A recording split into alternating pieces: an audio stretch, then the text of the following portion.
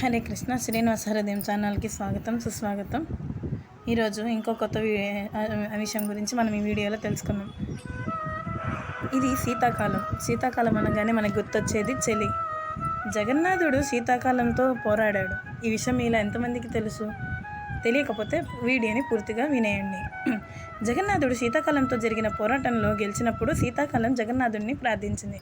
ఓ ప్రభు, నువ్వు నన్ను సృష్టించావు మరియు నేను నీ సృష్టినే కదా. మీరు నన్ను అంగీకరించకపోతే నా ఉనికి చెల్లదు కదా. దయచేసి వినండి నా ప్రార్థనలు మరియు నాపై కాస్త కరుణ చూపండి అంది. అది విన్న జగన్నాథుడు తన భక్తుల పట్ల చాలా కరుణికరం చూపుతాడు.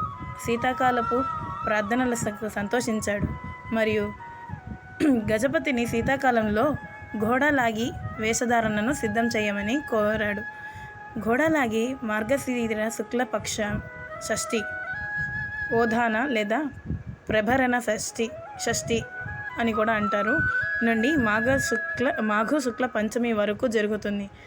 ఈ బేసలో దేవతలను పట్టు వస్త్రాలు, కండువ, పటాని, వెల్వెట్, ఘోట, పూట, మఫ్లర్, తోపార మొదలైన వాటితో అలంకరించి వసంత పంచమి వరకు ఉంచుతారు.